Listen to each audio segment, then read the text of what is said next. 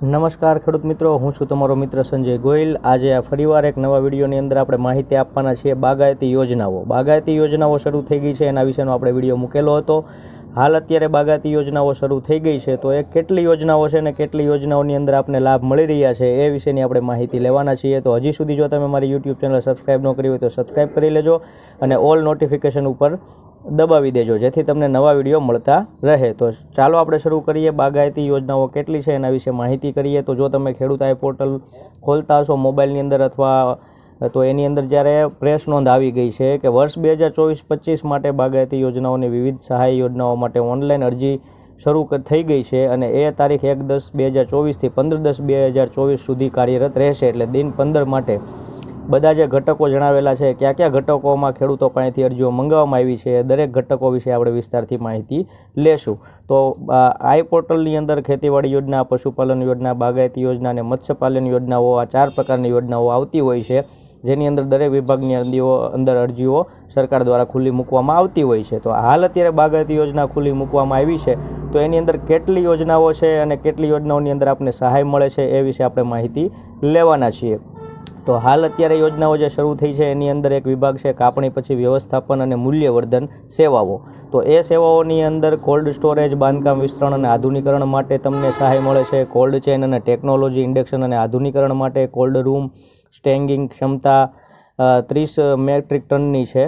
Primary mobile minimal processing unit અને pre cooling unit એ જેની ક્ષમતા 6 ટન છે। પછી બાગાયતી પાકના ક્લસ્ટરોની કાપણી પછીની વ્યવસ્થા અને બજાર સાથે સાંકળવા વ્યક્તિગત, ખાનગી સંસ્થા, ફાર્મર પ્રોડ્યુસર ઓર્ગેનાઇઝેશન, સહકારી સંસ્થાના માળખાકીય સુવિધાઓ પૂરી પાડવા બાબત પણ સહાય આપવામાં આવે છે।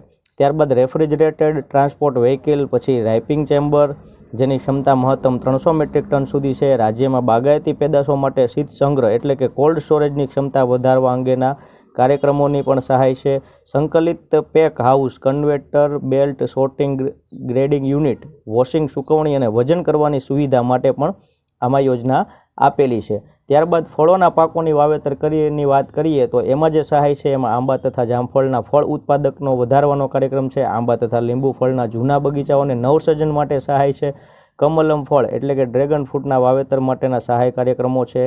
કેળ ટીસ્યુ ફળપાક ઉત્પાદક વધારવાનો કાર્યક્રમ એટલે કે કેળના ટીસ્યુ કલ્ચર રોપા માટે પણ આપેલું છે। કોમ્પ્રેહેન્સિવ હોર્ટિકલ્ચર ડેવલપમેન્ટ કાર્યક્રમ માટેની સહાય પણ છે। ઘનિષ્ઠ ખેતીમાંથી વાવેલા ફળ પાકો આંબા, જામફળ, દાડમ, લીંબુ માટે પણ સહાય આપવામાં આવી છે। ટીસ્યુ કલ્ચર ખારેકની ખેતીમાં પણ સહાય આપવામાં આવી રહી છે।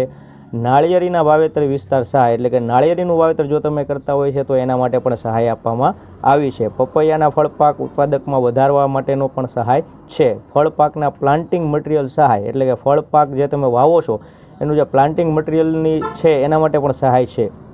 વધુ ખેતી ખર્ચાવાળા ફળપાકો સિવાયના ફળપાકો એમાં પણ સહાય આપવામાં આવી રહી છે। ત્યારબાદ આપણે વાત કરીએ તો કાપણી પછી જે આપણે વ્યવસ્થાપન અને મૂલ્યવર્ધન યોજનાઓ મળે છે એટલે કે કાપણી કર્યા પછી જો તમારે પાકનો સંગ્રહ કરવો છે તો એના માટે પણ અલગ અલગ પ્રકારની યોજનાઓ આપેલી છે। જેની અંદર આપણે વાત કરીએ તો કોલ્ડ સ્ટોરેજ એટલે કે બાંધકામ વિસ્તરણ અને આધુનિકરણ, કોલ્ડ સ્ટોરેજ અને કોલ્ડ ચેન અને ટેકનોલોજી ઇન્ડક્શન આધુનિકરણ માટે કોલ્ડ રૂમ, પછી primary mobile mini processing unit, pre કુલિંગની ક્ષમતા 6 ટનની। બાગાયતી પાકો પછીની વ્યવસ્થા બજાર માટે એટલે કે બાગાયતી પાક પછી જો આપણે બજારને જે સહકારી યોજનાઓ સાથે આપણે આગળ વધવું છે તો એના માટે પણ યોજના આપને આપેલી છે। અને રેફ્રિજરેટર ટ્રાન્સપ્લાન્ટ, રાઇપિંગ ચેમ્બર રાજ્યમાં બાગાયતી પેદાશોને સંગ્રહ કરવા માટે, પછી સંકલિત પેક હાઉસ આ માટે પણ આપેલી છે। અને ત્યારબાદ આપણે વાત કરીએ તો ફૂલ અને ઔષધિ સુગંધિત પાકોનું વાવેતર એટલે કે કંદ ફૂલો, દાંડી ફૂલો આના માટે પણ સહાય આપવામાં આવી છે। નિદર્શન, તાલીમ અને કૌશલ્ય વિકાસ હોર્ટિકલ્ચર એટલે કે બાગાયતી વિભાગોની અંદર ખાસ મહિલાઓના તાલીમાર્થીઓ માટે પણ સ્ટાઇપેન્ડ આપવામાં આવે છે અને એની યોજના પણ શરૂ થઈ ચૂકી છે। ત્યારબાદ બજાર વ્યવસ્થા, બાગાયત બજાર વ્યવસ્થા માટે આંતરમાળખાકીય સવલતો એટલે કે ફંક્શનલ ઇન્ફ્રાસ્ટ્રક્ચર જો તમારે બનાવવું છે તો એના માટે પણ તમને સહાય મળવાની છે। બિયારણ, ધરું, ફળ, રોપ ઉત્પાદન માટે પણ તમને મળી રહ્યું છે એટલે કે નવા ટિસ્યુ કલ્ચર લેબની વ્યવસ્થા અને નાની નર્સરી 1 હેક્ટર સુધી એ પણ મળવાપાત્ર છે। મધમાખી ઉછેર કેન્દ્ર જો તમે કરો છો, તમને મધમાખીની ખેતી કરવામાં રસ છે તો મધમાખી સમૂહ કોલોની, મધમાખી હાઈવે, મિશન મધમાખી કાર્યક્રમ, હની એક્સ્ટ્રા સ્ટ્રક્ચર, નેટ મધમાખી ઉછેરના સાધનો માટે પણ સહાય આપવામાં આવી છે. રક્ષિત ખેતી એટલે કે નેટ હાઉસ જે આપણે બનાવીએ છીએ તો એના નળાકાર સ્ટ્રક્ચર માટે પણ સહાય આપવામાં આવી છે. પોલી હાઉસ નેચર વેન્ટિલેટેડ નળાકાર સ્ટ્રક્ચર માટે પણ આપવાનું છે. Hitech green house fan and pad એના માટે પણ સહાય આપવામાં આવી રહી છે. ત્યારબાદ શાકભાજીનો પાકોમાં જો તમે વાવેતર કરતા હોય તો શાકભાજીના પાકોમાં પ્રાકૃતિક કૃષિને પ્રોત્સાહન આપવા માટે પણ સહાય છે. સરગવાની ખેતીમાં પણ સહાય આપવામાં આવી છે. આ બધી સહાય જે આપવામાં આવી છે એ સહાયની આપણે વાત કરીએ તો એ તમારે ઓનલાઈન અરજી કરવાની હોય છે ખેડૂત આઈ પોર્ટલ ઉપર, અને એ આઈ પોર્ટલ ઉપર અરજી કરવા માટેના તમારે કાગળિયા જે જરૂરી છે એ ઓનલાઈન અરજી કરવા માટેના ડોક્યુમેન્ટની વાત કરીએ તો 7/12/8ની જરૂર પડે છે. આધાર કાર્ડની નકલની જરૂર પડે છે. બેંક પાસબુકની નકલ, તમારો મોબાઈલ નંબર અને રેશન કાર્ડ, આટલી વસ્તુ ખાસ તમારે જરૂર પડશે, જેના દ્વારા તમે અરજી કરી શકો છો. અને આ વિવિધ બાગાયતી યોજનાઓની અંદરથી તમારે જે બાગાયતી યોજનાની અંદર લાભ લેવો છે તો એના માટે અત્યારે ટૂંકો સમય છે આપણી પાસે, અને સબસિડી યોજનાઓ શરૂ થઈ ગઈ છે, તો તમે ઓનલાઈન ફોર્મ ભરી અને એની અંદર આગળ વધી શકો છો. અને આ યુટ્યુબ ચેનલને મિત્રો સબસ્ક્રાઈબ કરવા અને વિડીયો શેર કરવો બીજા ખેડૂત મિત્રો સુધી, કારણ કે જે લોકોને લાભ લેવો છે તેના લાભ સુધી પહોંચી શકે. ત્યારબાદ વાત કરીએ તો ઓનલાઈન અરજી ક્યાં કરવી, તો તમે તમારા ગામની ગ્રામ પંચાયતમાં વીસી પાસે કરાવી શકો છો. CSC કોમન સર્વિસ સેન્ટર પર જઈને કરી શકો છો. સાયબર કાફેમાં પણ કરી શકો છો. અને જો તમને ફાવે છે તો મોબાઈલ થ્રુ પણ તમે અરજી કરી શકો છો.